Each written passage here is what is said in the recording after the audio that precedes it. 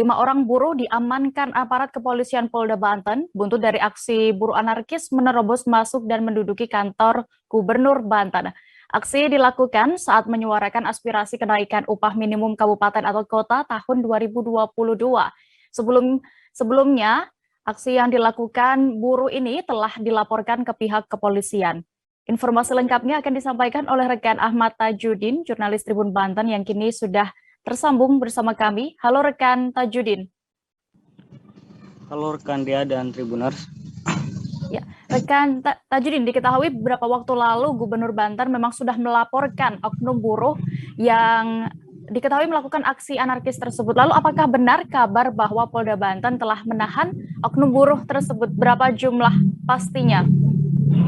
Baik rekan Dea dan Tribuners dimanapun berada, perlu diketahui bahwa buntut dari aksi unjuk rasa yang dilakukan Serikat Buruh pada saat tanggal 22 Desember 2021 itu, di mana para buruh menerobos masuk ke ruangan Gubernur Banten, di mana atas aksi unjuk rasa tersebut kemudian Gubernur Banten melalui kuasa hukumnya melakukan pelaporan pada hari Jumat tanggal 24 Desember 2021. Kemudian pada hari Sabtu kemarin bahwa Polda Banten telah menangkap selama beberapa buruh, di mana buruh tersebut ada 5 buruh yang ditangkap pada hari Sabtu dan kemudian pada hari Minggu ditambah 1 buruh sehingga jumlah yang ditangkap oleh Polda Banten sebanyak 6 orang buruh, di mana 2 diantaranya seorang perempuan dan 4 diantaranya seorang laki-laki. Dia. Berarti ada buruh perempuan juga yang ikut ditangkap ya Tajudin. Lalu bagaimana penjelasan dari pihak Polda Banten sendiri terkait penahanan 5 buruh ini? Apakah mereka sudah ditetapkan sebagai tersangka saat ini dan bagaimana untuk hukumannya? Baik, untuk jumlah buruh yang ditangkap saat ini sebanyak 6 orang, di mana yang sebelumnya 5 orang itu pada hari Sabtu dan pada hari Minggu kemudian Polda Banten menangkap kembali salah satu buruh dan jumlahnya sekarang ada 6 buruh, di mana para tersangka tersebut sekarang ditetapkan sebagai tersangka, di mana 2 diantaranya diberikan hukuman karena telah melanggar 207 pasal 207 KUHP, di mana ini sebanyak 4 orang dikenakan pasal 2074 KUHP tentang secara sengaja di muka umum menghina sesuatu kekuasaan negara dan duduk di meja kerja gubernur, di mana ada 4 orang buruh yang terekam di video yang viral, di mana mereka melakukan aksi duduk dengan di kursi gubernur sehingga mereka diberikan hukuman sekitar 18 bulan penjara dan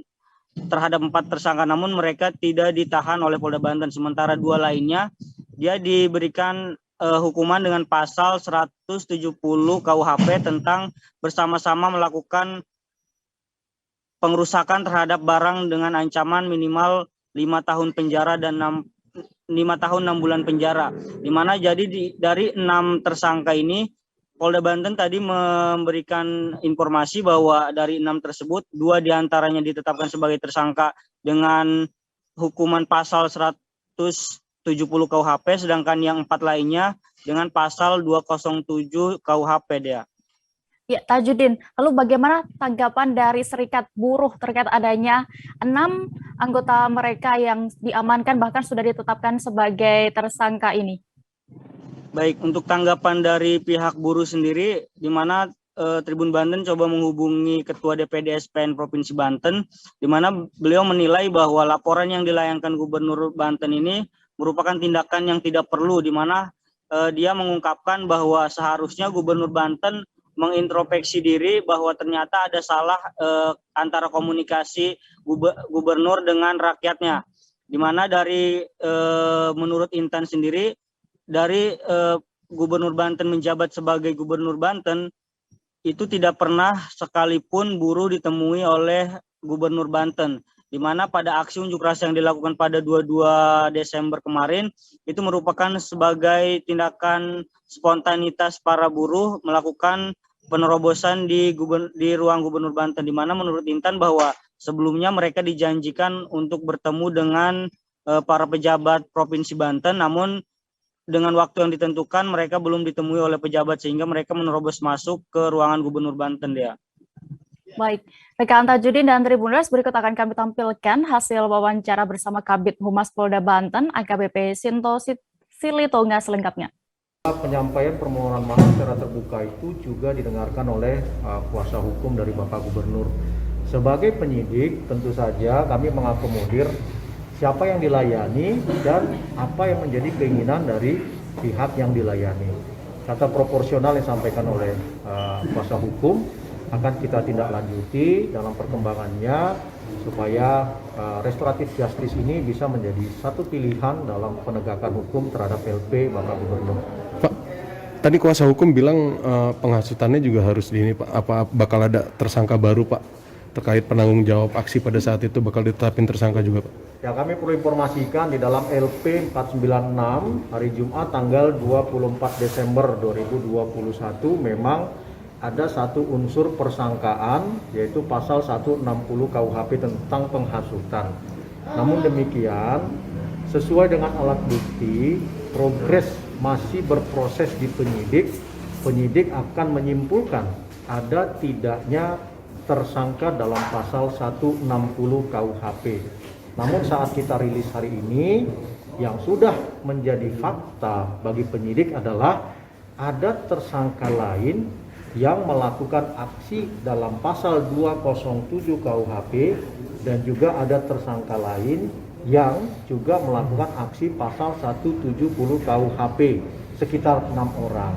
Maka dengan demikian kami menyarankan kepada para tersangka secara persuasif untuk datang ke penyidik dan memberikan informasi keterangan serta mempertanggungjawabkan perbuatan pidananya. Jadi 2 tersangka merusak pintu Pak, yang empat lagi duduk di bangku. Ya, 4 tersangka dikenakan pasal 207 KUHP, yaitu melakukan penghinaan secara umum. Kemarin pada hari Rabu tanggal 22 Desember 2021 saya telah melakukan aksi, tapi jujur secara pribadi karena saya pada saat itu telah mengikuti mediasi di Dinas Tenaga Kerja, kemudian saya datang terlambat dan pada saat itu saya lihat posisi di lapangan masa aksi sudah